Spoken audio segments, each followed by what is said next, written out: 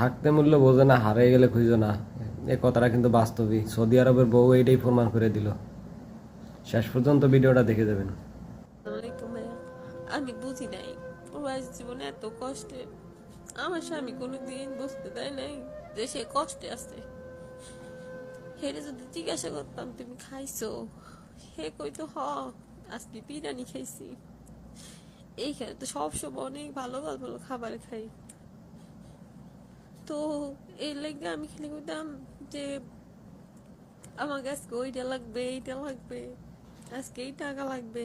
এর জন্য একটা চাপ দিতাম যে টাকা পয়সা মনে হয় তাহলে অনেক ইনকাম করে, আমাকে দেয় না। সে অন্য কোনো জায়গায় মনে কোনো সম্পর্ক কোনো কিছু এইগুলো মনে করতাম। কিন্তু সে খাইয়া না খাইয়া আছে আমাকে জন্য এত কষ্ট করে, সেইটা কোনোদিন বুঝি নাই।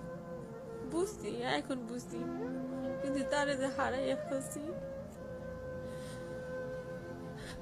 তার কাছে তো আমি মাপ চাওয়ার সুযোগটাও পাই নাই। আল্লাহ পাক আমার কোনোদিন মাফ করবে না, এইটাও আমি জানি।